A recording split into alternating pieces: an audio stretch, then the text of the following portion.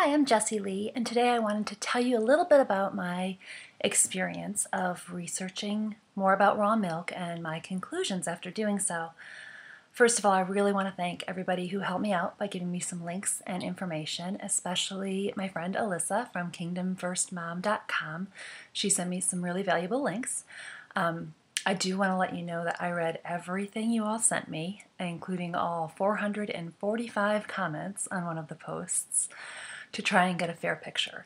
For those of you who may not know, there are a lot of people drinking raw milk, and a lot of people in some states going to great lengths to get their hands on it because of the health benefits that it can provide and because it's not really messed around with. So that's the deal with raw milk, in case you haven't even thought about it.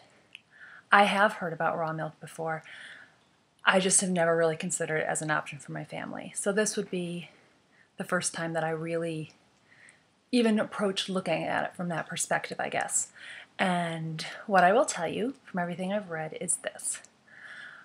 I honestly believe in my head and in my heart that the healthiest diet we can consume, the best stuff that we can put into our body, is food the closest it can be to the way God made it. That the more we mess around with things, the less nutrition it likely has for our body. I do believe that.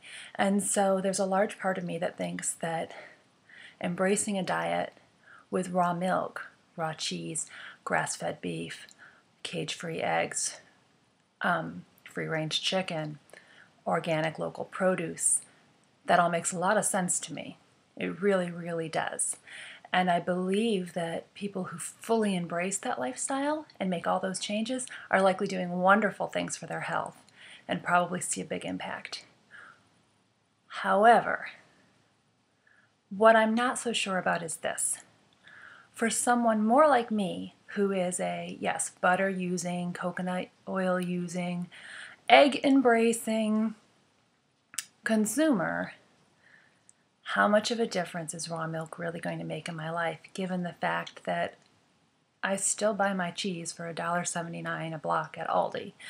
And while some of my eggs might be farm fresh eggs from right down the street, others are ones I picked up at the grocery store. And I bought 2 chickens last week for 58 cents a pound from the local supermarket. And I'm still going to drink a glass of Diet Coke now and then.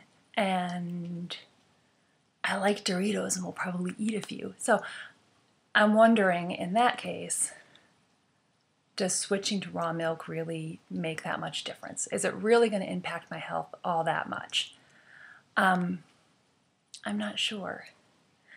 The one thing I didn't see in all the links that I read were studies of people who, for lack of a better description, are more typical Americans in their diet who switched to raw milk.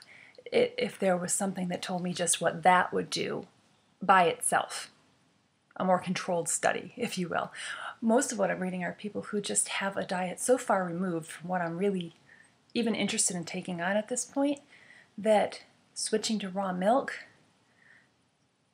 could end up not having the same effect for me. I guess it comes down to this. If you're switching to that diet I described, and so all your fats are coming from proper animal sources and not from junky foods, I believe that's good for your body. But for those of us who, let's be honest, are still going to get some fats from junky foods too, are we doing ourselves a favor by switching to the raw milk, or are we perhaps dumping more fat on our body than it can really handle? Not that the fat in the milk isn't better for you. I think it is. But if I'm also going to get fat from other less desirable sources, do I want to double up on the fat? Is that healthier for me because of the benefits of raw milk? Or is it worse for me because at this point I'm just putting too much strain on my body? I don't really know. The problem is I don't know that anybody else has shown me that either. And if somebody can, I would absolutely love to see it. So, like I said before, I don't think people who drink raw milk are crazy. I don't think they are at all. I'm just not yet convinced that I'm doing something foolish or wrong by serving my children 1% either. Nobody's been able to prove that to me yet. Oh, and that why skim milk makes you fat, Jazz?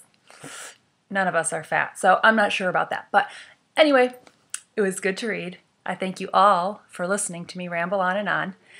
And I'll keep looking into raw milk, and you keep sending me links, okay?